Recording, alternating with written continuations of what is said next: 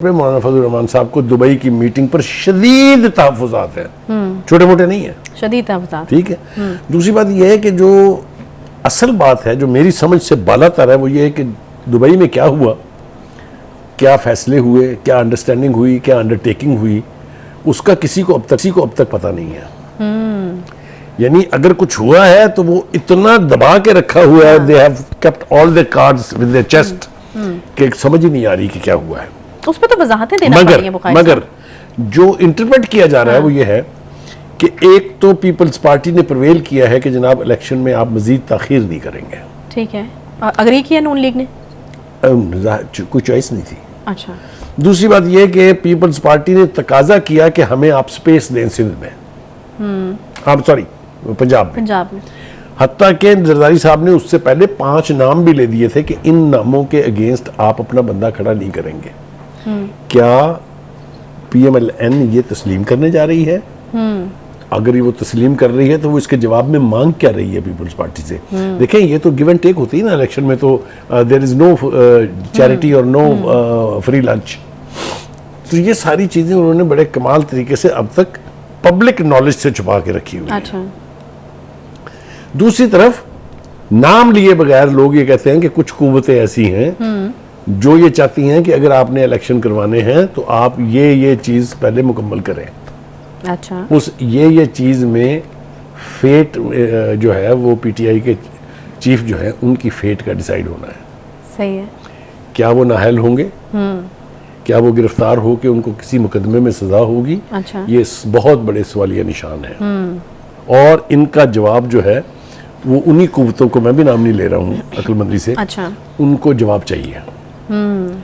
अब उसको इंटरप्रेट कैसे करें आप? वो ये है कि 9 मई को जो कुछ हुआ हर चीज की माफी है, उसकी माफी नहीं है।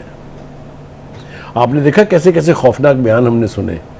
Chief of army staff was coated having said कि मेरा अपना बेटा या बेटी भी अगर ये सब कुछ करते मैं उनको माफ नहीं करता।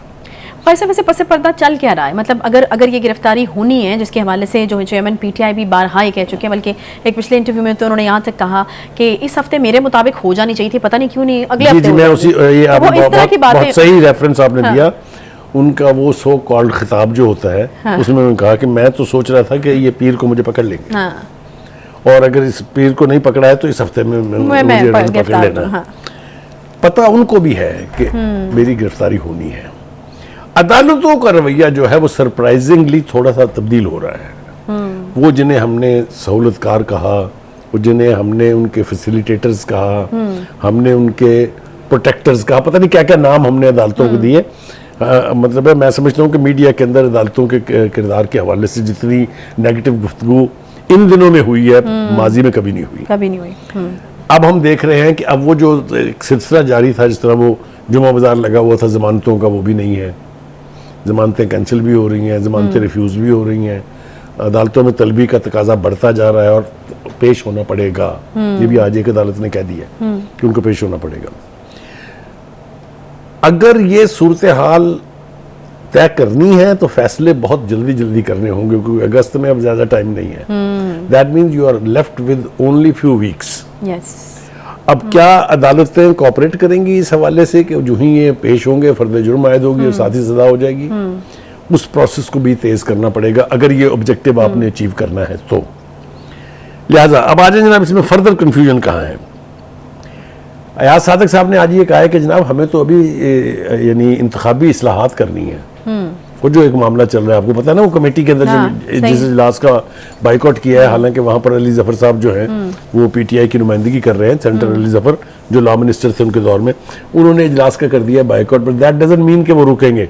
अच्छा। बाकी के अरकान तो कोई नहीं। उन्होंने एक और खबर भी दी, उन्होंने कहा कि सियासी जमात पर पाबंदी की कोई तजवीज़ ज़ेरे गौर नहीं। देखिए मैंने और आप ये इस प्रोग्राम में बहुत दिन पहले कह चुके हैं, तो ये अच्छी खबर है कि तमाम सियासी क़यादत इस बात पे मुत्तफ़िक़ है, चाहे वो पीपल्स पार्टी है चाहे वो नून लीग है, कि किसी पार्टी को बैन नहीं करना चाहिए।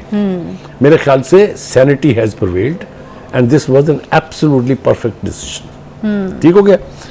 लेकिन पार्टी की लीडरशिप ने जो कारनामे सरंजाम दिए हुए उसका हिसाब तो बहरहाल देना पड़ेगा। तो खुद PTI के चीफ साहब का कहना यह है कि मेरे ऊपर 188 मुकदमात हो चुके हैं उनमें से 10 मुकदमात जो हैं वो है एंटी टेररिज्म कोर्ट्स में, डेंजरस। उसके बाद एक खतरा और मंडला रहा है कि उनका मिलिट्री ट्रायल होगा या नहीं होगा। सही है। ये बहुत यानी अहम सवाल है, क्योंकि अगर ये मिलिट्री ट्रायल होने जा रहा है तो फिर तो खैर की कोई तवक्को नहीं रखनी चाहिए। अच्छा, मैं हवाला इसलिए दे रहा हूँ कि एक नवासी हैं, एक 4 स्टार जनरल की, उनके बारे में मीडिया के अंदर और सोशल मीडिया के अंदर ये कैंपेन चलाई गई कि जी ये देख लीजिएगा, इसका कुछ नहीं होना, इसको किसी ने नहीं पहुँचना। उसकी अभी तक जमानत नहीं हुई है। आप इमेजिन कर सकते हैं कि वो एक बहुत अहम शख्स की यंगम है, एक बहुत अहम जनरल की नवासी हैं। तो मुझे नहीं लगता कि जो मिलिट्री ट्रायल होगा उसमें किसी किस्म की कोई गुंजाइश या कोई रियायत जो है वो किसी को मिलेगी।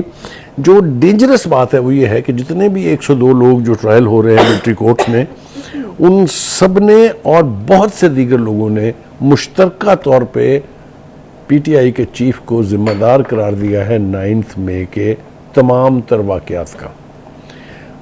और ऐसी एविडेंस जो है वो चाहे फोरेंसिक एविडेंस है, चाहे वो यानी आप कह लें सर्कमस्टेंशियल एविडेंस है, उसके एतबार से 9 मई का मेन जो कहना चाहिए आपको जिम्मेदार है वो पीटीआई के चीफ को ठहराया जा रहा है। और अगर ये प्रोसीडिंग भी इसी एतबार से चलती हैं तो फिर सज़ा से बचना मुझे पता नहीं क्यों लगता है कि बहुत दुश्वार होगा।